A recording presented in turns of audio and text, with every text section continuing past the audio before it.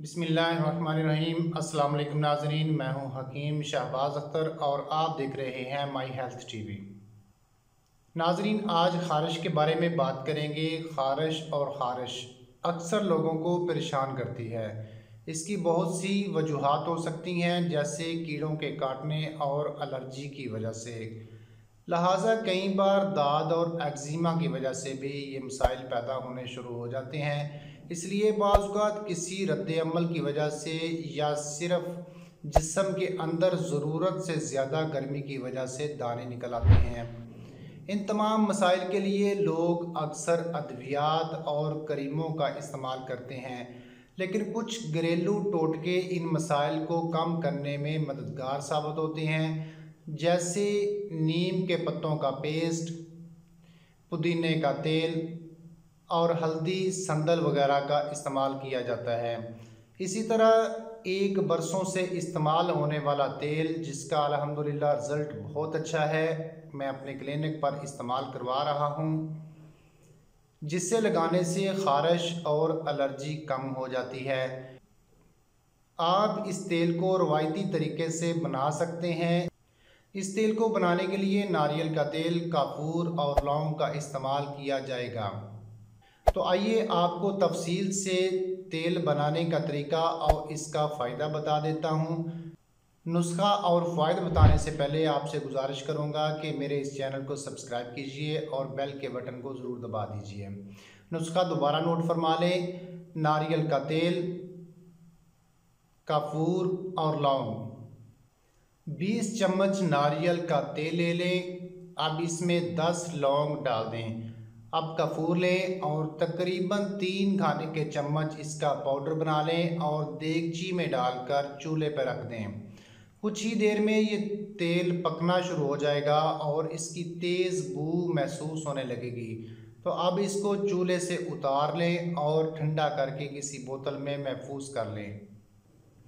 इस तेल के बेनिफिट्स बताता हूँ आपको। सबसे पहला फ़ायदा, आपने अक्सर देखा होगा कि जिस्म पर कई बार सुर्ख दाने निकल आते हैं, कभी वो छोटे होते हैं और कभी बड़े हो जाते हैं। इसलिए बाज़ औक़ात एक ख़ास किस्म के बैक्टीरिया की वजह से भी ये दाने बढ़ जाते हैं। इस सूरत में ये तेल बहुत अच्छा काम करता है। इसकी एंटी बैक्टीरियल ख़ासियत पिंपल्स में मौजूद बैक्टीरिया को मारकर इन्हें खुश्क कर देती है। फिर इसके मुसलसल इस्तेमाल से इसमें कमी आने लगती है। इसके लिए आपको बस इतना करना है कि इस तेल को बना लें और रात को सोने से पहले अपने जिस्म पर लगा लें। सुबह उठने के बाद आप देखेंगे कि इस तेल से आपके दाने आहिस्ता आहिस्ता ख़त्म होने लगे हैं। इसका दूसरा फ़ायदा यह है कि ये ख़ारिश को मुकम्मल तौर पर ख़त्म करता है। नारियल का तेल, काफूर और लौंग से तैयार करदा ये खसूसी तेल भी ख़ारिश को कम करने में मौसर काम करता है। इसकी एंटी बैक्टीरियल और रैश को राहत बख्श खसूसियात ख़ारिश को कम करने में मददगार है।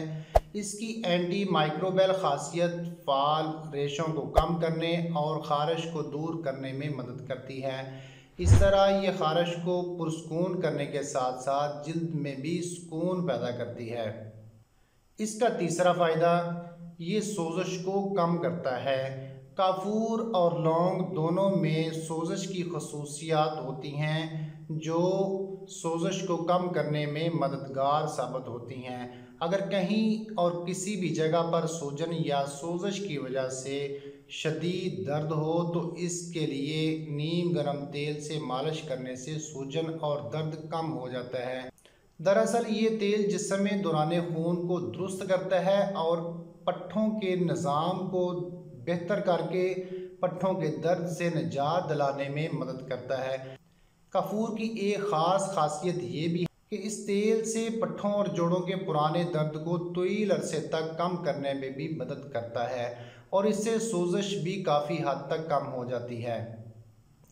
इसका चौथा फ़ायदा ये है कि ये कमर के निचले हिस्से की दर्द को ख़त्म करता है और काफूर का तेल असाबी निज़ाम को बेहिस और ठंडा करता है। फिर कमर के दर्दनाक हिस्से को गर्म करके इस तरह ये सख्त जोड़ों और पट्ठों में गर्दश को बढ़ाता है और कमर के दर्द को आराम पहुंचाता है।